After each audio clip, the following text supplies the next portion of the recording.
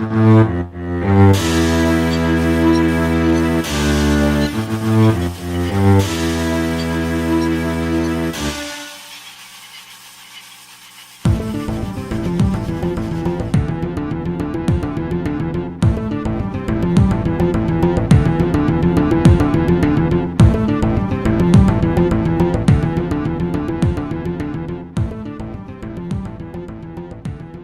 world owes you nothing, and you owe the world nothing.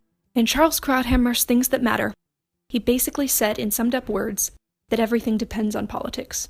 According to a Harvard University study, 51% of millennials do not support capitalism. 33% of those support socialism. Socialism, the politics of morality. Jesus was a socialist. I know you've heard that one before.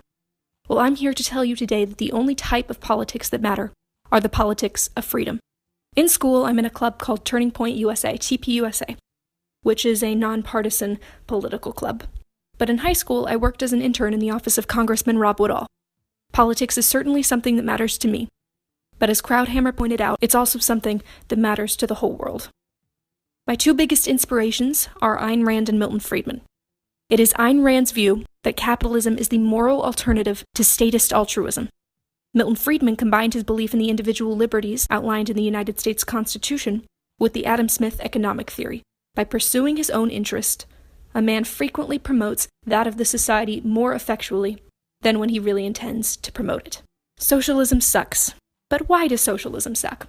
Well, to quote my U.S. and World Affairs professor, at the end of the day, all laws are enforced with the barrel of a gun to the head of a citizen. It is this reason that every single socialist state that has existed has resulted in shortages, starvation, and the mass murder of political opposition. Government has a monopoly on force. Government has a monopoly on violence. In the past 100 years, it is estimated that 100 million people have died at the hands of communist-aspiring socialist states. Historians estimate that between 20 and 60 million were slaughtered under the socialist rule of Soviet Russia alone. According to Arifa Akbar, literary editor of The Independent, between 1958 and 1962, in just the course of 4 years, 45 million people perished under Mao Zedong's Communist Party in China. So now you're wondering, what is freedom? What does she mean by that? Or better yet, what is capitalism? Well, according to Ayn Rand in her essay, What is Capitalism? Capitalism is a social system based on the recognition of individual rights. No man or group may initiate physical force, and the only legitimate role of government is protection from physical force.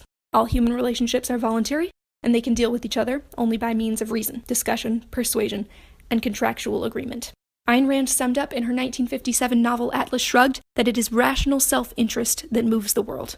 In Free to Choose, Milton Friedman explains self-interest through looking at the price quotes that the Wall Street Journal publishes. The Wall Street Journal does not publish these price quotes out of the goodness of its heart or for the greater good, but instead in pursuit of a profit out of its own self-interest, and as a result, it ends up making everybody better off. Tell me, is there some society you know that doesn't run on greed? You think Russia doesn't run on greed?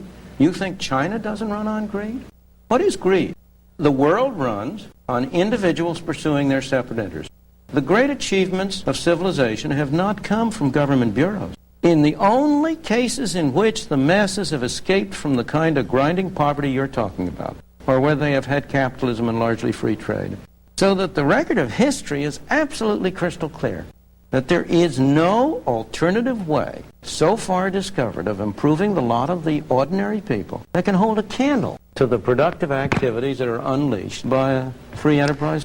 Is it really true that political self-interest is nobler somehow than economic self-interest? Essentially, as Milton Friedman said, it is led to provide this information by the very price system whose functioning it facilitates. We tend to demonize self-interest.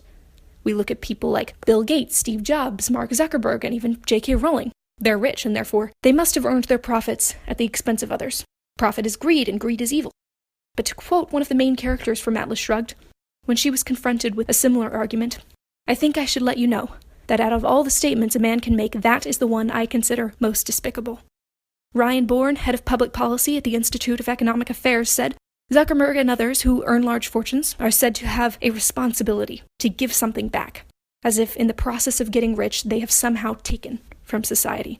We demonize the creation of money, as if your own success means the subsequent failure of another, as if through creating and contributing to the world you've stolen from it. This is not true.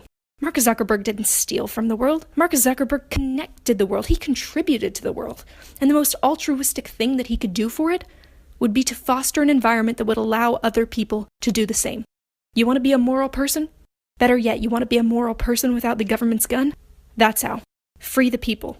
I'm not going to stand here today and tell you to petition the government to pass more laws or enable more federal agencies to do some kind of work on behalf of the greater good.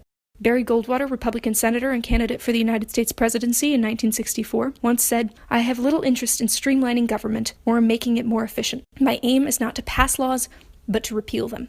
My goal, standing here today, is instead to inspire you to value freedom, to go on about your lives, and in pursuit of your own rational self-interest, you will find that you will contribute to the world in ways central planners, politicians, and bureaucrats could only dream of taking from you.